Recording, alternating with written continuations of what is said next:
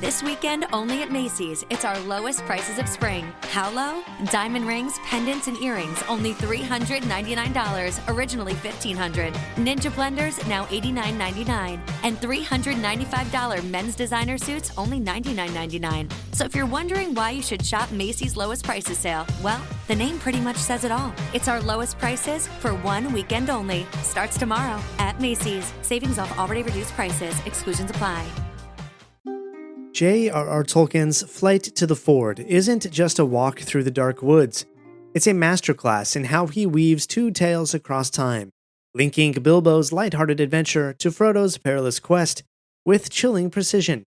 This is part 2 of 4, exploring the chapter Flight to the Ford from JRR Tolkien's Fellowship of the Ring. I'm Aaron, your host and guide to Wandering Middle-earth, especially for first-time readers of Tolkien's works. Visit ringspodcast.com to find my free downloadable guides for reading the Silmarillion and other works by J.R.R. Tolkien. Now, let's wander. Landscape tells a story long before the characters ever speak. In this portion of Flight to the Ford, Tolkien uses the land itself, the rocks, the hills, the rain, to echo the inner turmoil and danger that Frodo and the others feel. The road eastward from Bree, as described in these pages, seems to press in on them. It's more than just gloomy weather. The country itself feels malevolent. Quote, "This new country seemed threatening and unfriendly." That's a line that may not leap off the page at first, but when you read it slowly, when you picture Frodo, already weakened and wounded, drenched to the bone, trudging through a rain-soaked wilderness with ringwraiths behind him, it strikes a different chord. The hills begin to, quote, shut them in. The rain starts falling in, quote, fine, drenching sheets. And their camp is, quote, cheerless. It's as though the land is actively working against them. Tolkien is doing what he does best here, making the external world reflect the internal experience. This is no cozy woodland trail with cheerful song. This is a landscape haunted by memory, soaked in shadow, and it reinforces that this journey is no simple errand. It is a burdened passage through a place that resists their very presence. But let's zoom out for a second. What Tolkien is doing in this part of the chapter is playing with echoes, reminders, of Bilbo's earlier journey.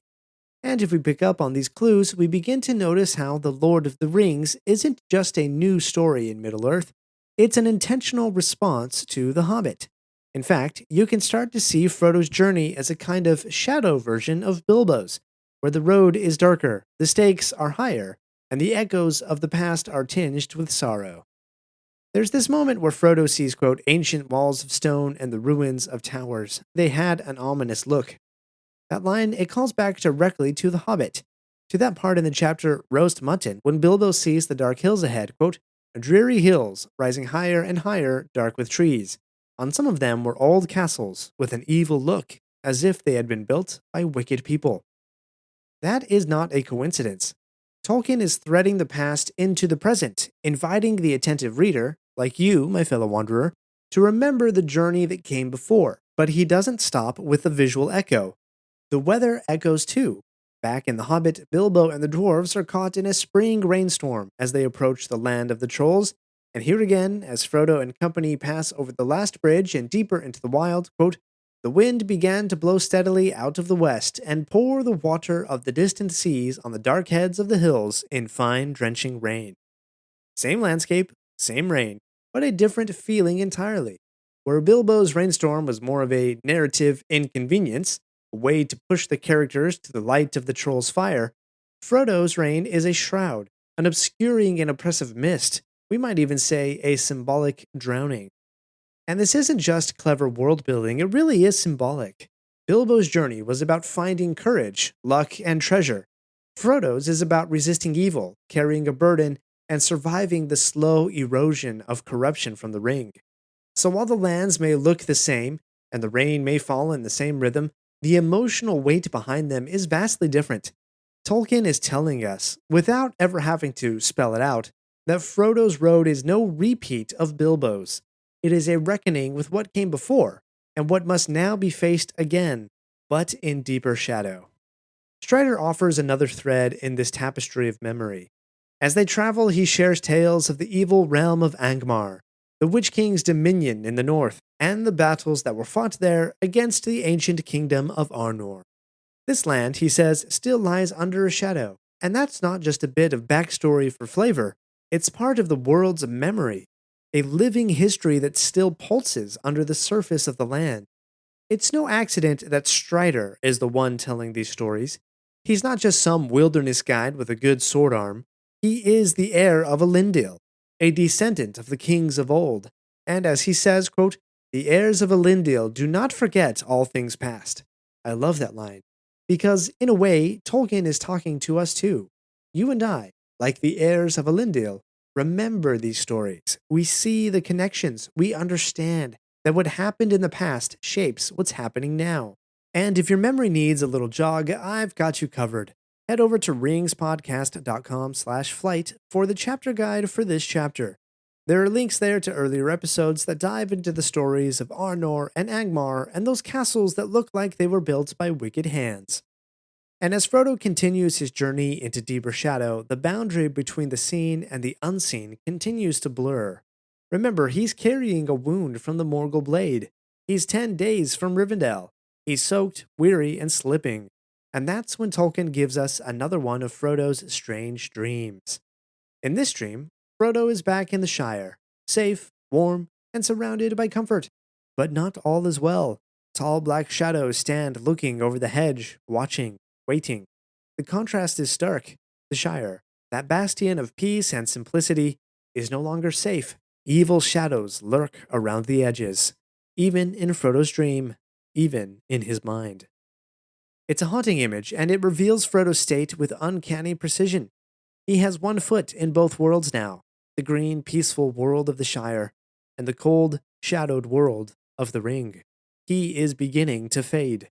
The ringwraiths don't just haunt his steps, they haunt his mind. The safe place he's trying to protect is already being invaded by the darkness he carries. And this brings us full circle, back to the emotional weight that Tolkien weaves into this passage. Yes, it's about geography and ancient battles and rain-soaked hills, but it's also about the burden of memory, the persistence of shadow, the way the past creeps into the present and the world grows darker, not all at once, but gradually, with each ruined tower, each cheerless camp, each dream where the shadows cross the threshold. If you are enjoying this wandering of Middle-earth, and you think a friend might wander these wildlands with us, share this episode with them. Let them step into this moment of Middle-earth with you, because these stories are meant to be remembered, and they're meant to be shared. The road through the wilderness doesn't just wind through Middle-earth, it winds through memory, shadow, and the uncertain borderlands between hope and despair. And in this next stretch of Flight to the Ford, Tolkien continues layering these themes with subtle brilliance.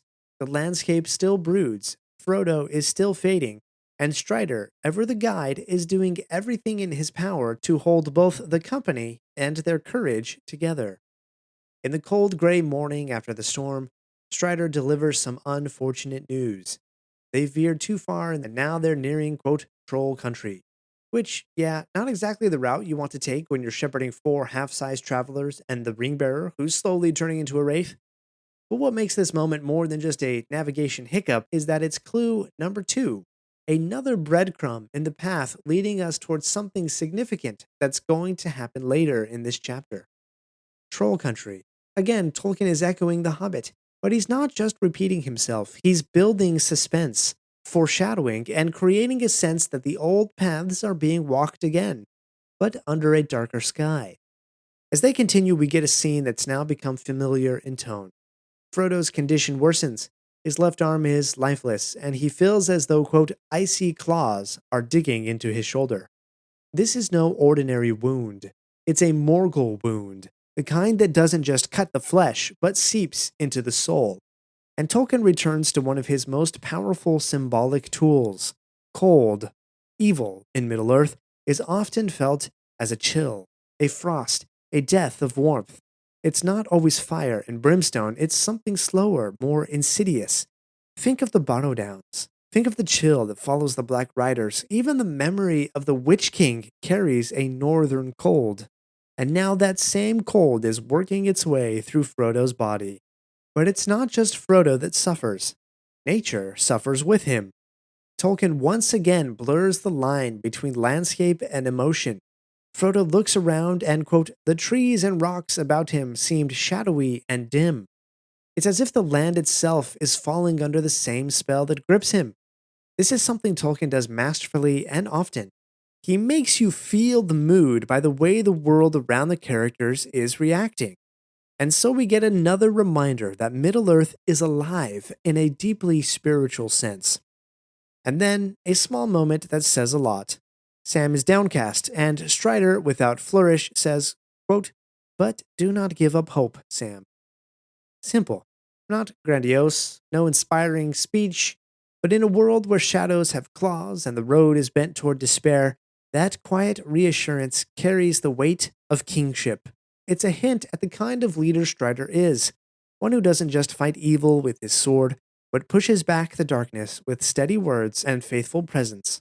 He knows what hopelessness feels like, and he names the alternative. Don't give up hope. That line almost floats past you on first read, but pause on it, and it will feel like a small candle in the vast darkness of night. And then, as Frodo sleeps again, we get another dream.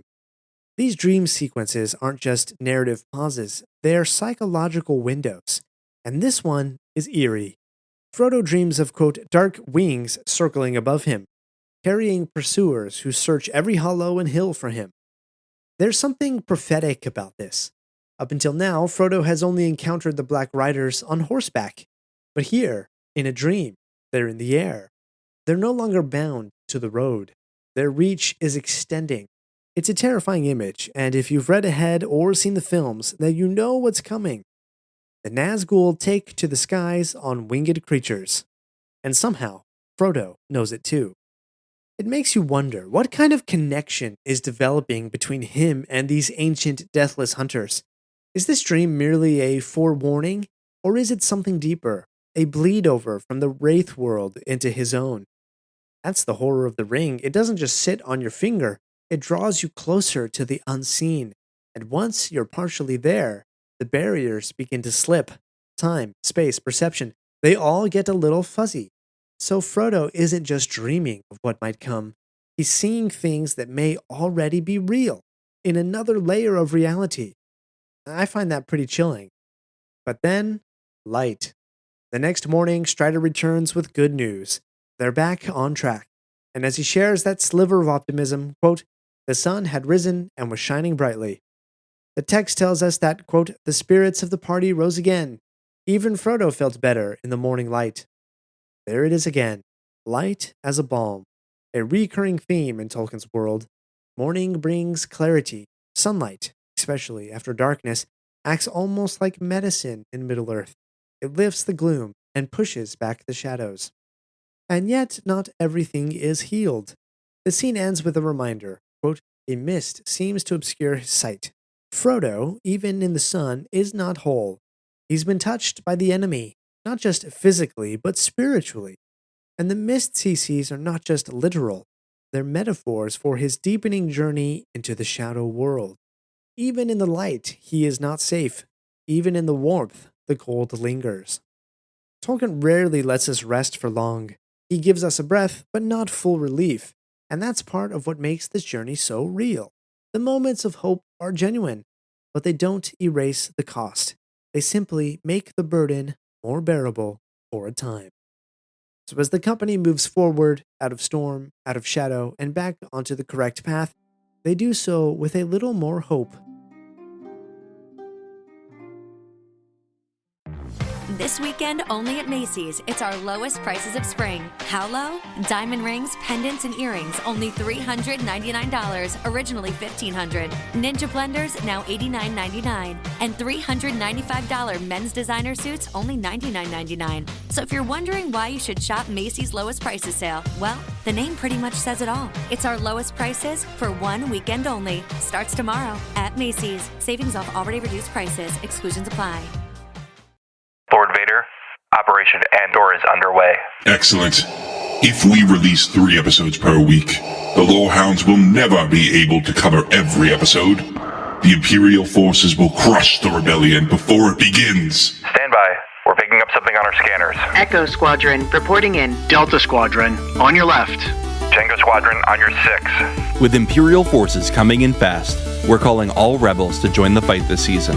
Starting after the April 22nd premiere, you'll hear 3 full breakdowns for each week's episodes of Andor Season 2. Each podcast will be led by one of our squadron leaders, Alicia, David, and John. We'll be bringing in new and familiar voices to fill out the roster. Search for the Lorehounds on any podcast platform to join us in a galaxy far, far away. And don't forget to check out our season pass for even more content like our Holocron bonus pods. It's good news for anyone, except Darth Vader.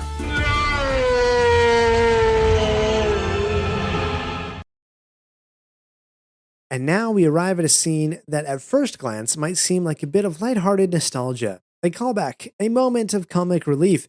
But as always with Tolkien, there's more going on beneath the surface.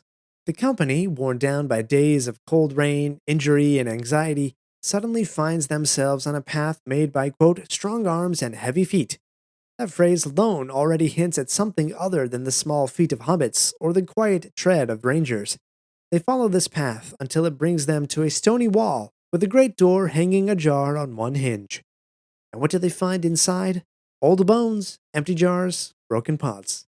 It's the literal echo chamber of an older story. This is the remnants of the Troll's Den from The Hobbit, Bilbo's first real confrontation with danger, the place where courage and cleverness first began to shape him. And now Frodo is walking through that same space, but the mood is different, isn't it? In The Hobbit, it was a place of firelight and humor, of bungling trolls and quick-witted wizards. Here, it's cold, silent, abandoned. The humor comes, but not right away. Before we get to that, we pause for a character beat that I just love. Pippin is still very much the Took trying to prove himself. Tolkien notes that Pippin, quote, not liking to show Strider that he was still afraid, went on ahead. Back in a previous chapter, Tolkien told us that Pippin was, quote, trying to show that he was tougher than he looked or felt. That theme carries forward. Pippin's courage is real, but it's also performative, and in that way, I think he's very relatable. Aren't we all sometimes just trying to act braver than we are? Fake it till you make it and whatnot? Especially in front of someone like Strider, who seems to have walked out of legend with a sword and a shadowed past. Anyway, Pippin goes ahead and comes running back, exclaiming that he's found trolls, real ones. You can hear the panic in his voice. Here, Tolkien brings in a recurring motif in this scene. Quote, the sun was now high. In fact, he's told us that 3 times in less than 2 pages. So why so much focus on the sun? Because of what happens next. Strider leads the hobbits to the clearing, and there they are, the trolls, 3 of them. Just as from Bilbo's story, but this time they're stone, still, frozen in place. Strider, with a dry sense of humor, hits one with a stick and even yells at them to move. The hobbits flinch, but the trolls do not stir. That's when Frodo really remembers. These are the trolls, the ones who tried to eat Bilbo and the dwarves, the ones Gandalf tricked into arguing until the sun rose. Frodo sees them, quote, one stooping and the other 2 stood staring at him. It's almost identical to how they are described in The Hobbit. William, Bert, and Tom, frozen mid-argument, as if time itself held its breath. Quote, William never spoke, for he stood turned to stone as he stooped, and Bert and Tom were stuck like rocks as they looked at him. And then Tolkien adds another delightful detail. One of the trolls has, quote, an old bird's nest behind his ear. A detail that not only confirms their petrified state, but makes good on an earlier line from The Hobbit, where Tolkien claimed they, quote, stand there to this day, all alone, unless the birds perch on them. Now a bird has built a nest behind one of their ears. How's that for continuity? But what really drives home the wonder of this moment is Pippin's reaction. He had, quote, never more than half believed Bilbo's story. And now he's standing in the proof of it. The tales of the old Hobbit weren't just bedtime stories, they were real. And for the younger hobbits, who have grown up hearing Bilbo's adventures retold in cozy parlors of the Shire, this is a moment where fiction becomes fact, where the world becomes larger, more mysterious, and more interconnected than they thought. Let's step back and look at the broader structure here, because this moment isn't just about trolls. It's about storytelling, About legacy. Frodo and company are walking in the footsteps of Bilbo, but the path is not exactly the same. And Tolkien is deliberate in how he sets up both the parallels and the contrasts. First, the similarities. In both stories, the weather is miserable. Rain dumping from the sky, fires impossible to light. Both Bilbo and Frodo see ancient towers on the hills. Both wander into lands shadowed by Angmar, that long-dead northern kingdom of evil. The geography and the atmosphere echo each other. But then the differences begin to emerge. Bilbo comes up from the road to find the trolls. Frodo and his group, having strayed too far north, are coming down toward them. Bilbo first finds the trolls, then discovers their horde. Frodo reverses that sequence. He finds the horde first, and only then the stone statues. Bilbo's confrontation was in the night. Frodo's is in the brightness of day. Bilbo's journey had its dangers, but it was a tale of discovery, of learning how to be brave. Frodo's journey, though it echoes the earlier one, is heavier and darker. He's already wounded by a Morgul blade. He's already being hunted by shadows with wings. He's not discovering danger. He's carrying it. Even the symbolism of the weapons shifts. Bilbo found Sting in the Troll's Cave, his first true blade. Frodo already carries a borrow blade, gifted in a tomb among the dead, after defeating an ancient evil. Bilbo had to unlock the cave door with a found key. Frodo finds it open, emptied of threat perhaps, but also stripped of mystery. And then the ring. Bilbo was on his way to find it.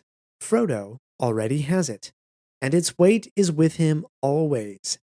His journey is not merely a fun adventure, but a necessary one, a mission tied to the fate of the world.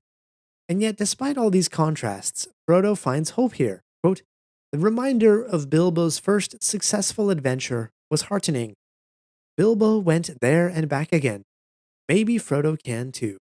This moment becomes a reminder that courage is not a new thing, that others have walked this road before and survived. That's one of Tolkien's great gifts. He never lets the past sit idle. It echoes forward, it resurfaces, it offers both warning and encouragement. The trolls aren't just a callback for the reader. They are a signal to Frodo, as if telling him, "You are not the first to face fear. Others have stood where you now stand. Others have triumphed, and maybe you can too."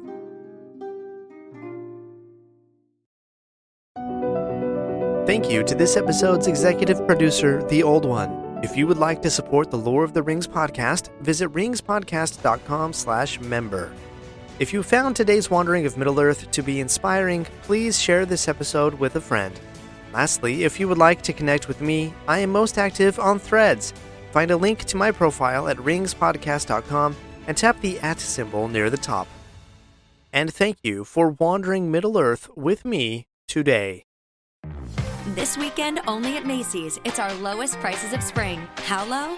Diamond rings, pendants, and earrings, only $399, originally $1,500. Ninja blenders, now $89.99. And $395 men's designer suits, only $99.99. So if you're wondering why you should shop Macy's lowest prices sale, well, the name pretty much says it all. It's our lowest prices for one weekend only. Starts tomorrow at Macy's. Savings off already reduced prices. Exclusions apply.